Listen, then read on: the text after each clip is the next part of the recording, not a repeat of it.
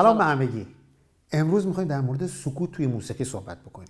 پیرو چند تا برنامه‌ای که در مورد نوت داشتیم و اجرای نوت، ما سکوت رو در موسیقی هم اجرا می‌کنیم. یعنی سکوت اجرا میشه. به چه شکل؟ بهش میپردازیم.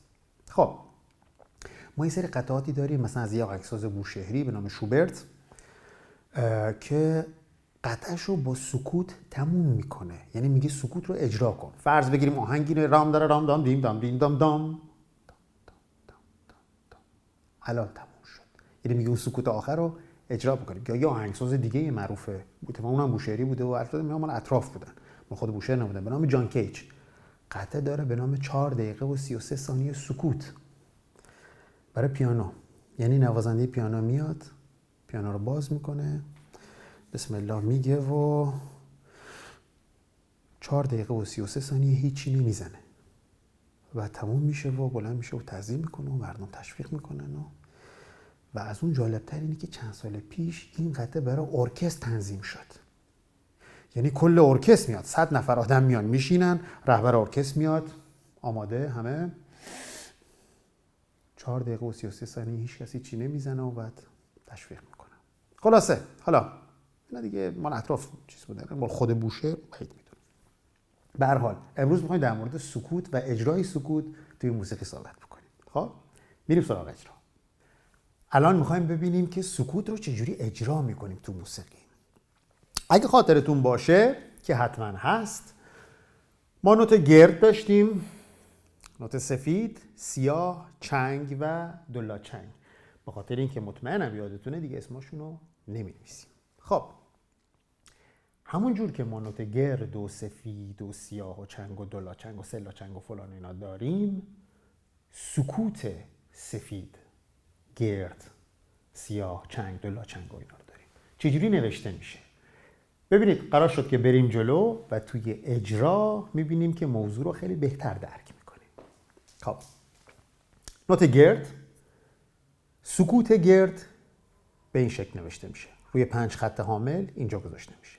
نوت سفید برعکس اون، سکوت سیاه، سکوت چنگ، سکوت دولا چنگ. میریم سراغ اجراش. تو اجراش بهتر میفهمیم که جریان چیه. اگه یادتون باشه 4/4 رو ما تعریف کردیم که توی هر میزان میتونیم به اندازه 4 تا نوت سیاه نوت نویسی کنیم. 4 تا سیاه رو ما چجوری اجرا میکردیم؟ میگفتیم 1 2 3 4 دا دا دا دا، یعنی 1 2 3 4.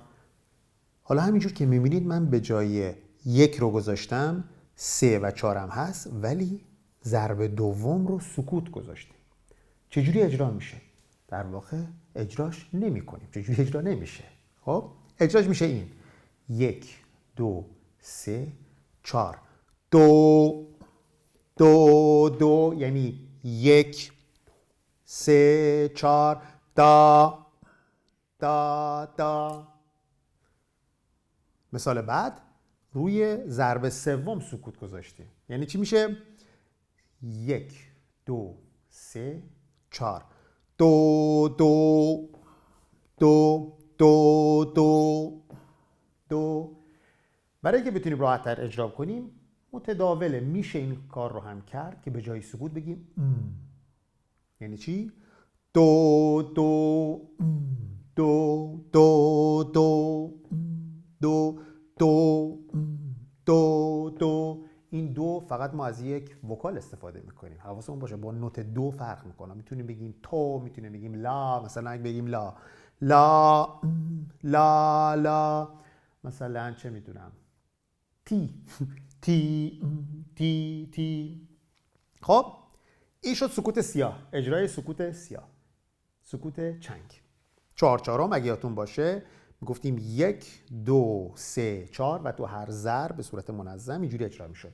یعنی میگفتیم 1 2 3 4 تا تا تا تا تا تا تا تا تا تا تا تا تا تا تا. حالا ما اومدیم دومیشو، رو هر کدوم دومی رو سکوت دادیم. اگه خاطرتون باشه گفتیم که 2 تا چنگ که به هم وصل میشن این شکلی میشه، تو برنامه قبلی گفتیم. حالا اجرای این به چه شکل میشه؟ قبلی رو اجرا میکنم، میام روی این. 1 2 3 4 تا تا تا تا تا تا تا تا تا تا تا تا. یه بار دیگه. تا تا تا تا تا تا تا تا تا تا تا تا. میریم سراغ دولاچنگ. همون 4 چهارمه. گفتیم که به اندازه 4 تا نوت سیاه توی میزان نوت نویسی میکنیم. 4 تا دولاچنگ یعنی 2 تا چنگ یعنی یه سیاه. پس این میشه 1 سیاه، 2 سیاه، 3 سیاه، 4 سیاه. اندازه ارزش زمانی.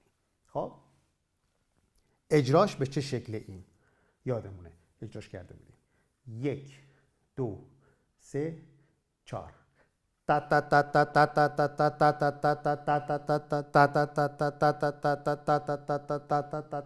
حالا تو تمرینی که اینجا من نوشتم اومدم چهارمیش رو سکوت گذاشتم. یعنی چجوری اجرا میشه؟ تا تا تا تا. این آخری رو میگم میشه تا تا تا تا تا تا تا تا تا تا تا. اینو اجرا میکنم، بعد میرم سراغ ای و ادامهش میدم. 1 2 3. سرعتمون اینه.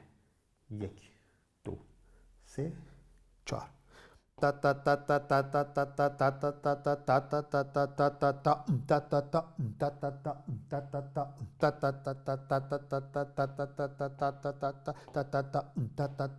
تا تا تا تا تا. خیلی خیلی راحت. خب حالا همه اینا رو با مترونوم اجرا میکنیم. ببینیم چجوری میشه. مترونوممون راستش رو بخوای بین خودمون باشه جلوبندیش یکم میکشه. دوستان موزیسین احتمالا متوجه میشن. 2 3 4. دو دو دو دو دو دو دو دو دو دو دو دو دو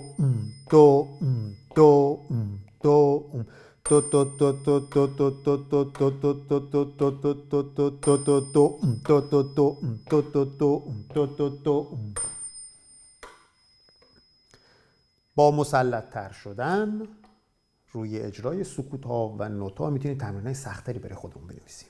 خب حالا یکم سخت‌ترش میکنیم و اینا رو با هم قاطی میکنیم توی ریتمای مختلف. 4 ضربی، 3 ضربی، 2 ضربی.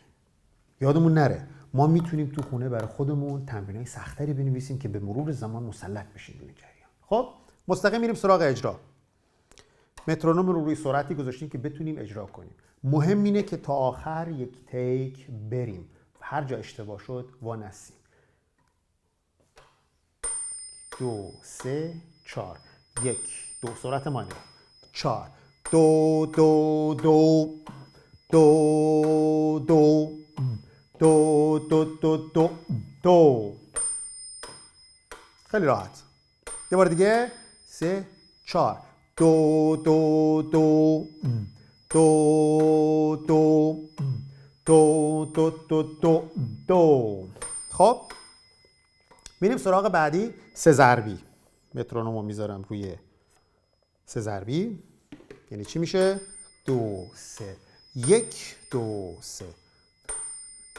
آماده؟ 1 2 3 دو دو دو دو دو دو دو دو دو دو دو 2 3 دو دو دو دو دو دو دو دو دو دو دو.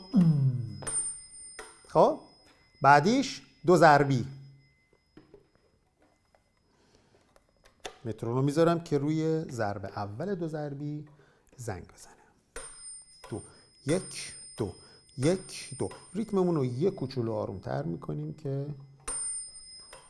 1 2 1 2 دو دو دو دو دو دو دو دو دو.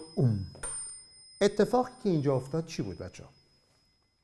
یک میزان کاملا سکوت بود. یعنی من یه پاکت رو خالی گذاشتم این وسط. کلا سکوت بود ولی اجرا شد. یه بار دیگه دقت کنیم. 1 2 دو دو دو دو دو دو دو دو دو اوم دو دو اوم دو دو دو دو دو اوم دو دو دو اوم. حالا ما برای خودمون میتونیم ریتمای سختری بنویسیم و تلفیق کنیم این سکوت و ارزش زمانی ها رو و بتونیم راحت مسلط شیم. زیاد کاری نداره، شاید 5 تا 5 دقیقه در روز خیلی بتونه بهتون کمک کنه. و اینکه بهترین کار اینه که توی کاغذ کوچولو داشته باشین این فیگورا رو و تو جیبتون، اینی که تو اتوبوس، تو مدرسه، تو خیابون فلان یا هر جای دیگه میتونه بهترین متریال تمرینتون باشه. یادمون باشه بچه‌ها، میتونیم به مرور زمان توانایی‌مون رو بیشتر بکنیم. سرعت یه مقوله است و ریتم یه مقوله دیگه. یعنی این تمرینای ریتمیکی که برای خودمون می‌نویسیم به مرور زمان اگر دوست داشته باشیم میتونیم سرعت رو ببریم بالا که تبحر پیدا بکنیم. یادتون نره حمایت از برنامه، سابسکرایب توی یوتیوب. اوضاع خیلی خرابه توی یوتیوب. دمتون گرم تا برنامه بعدی.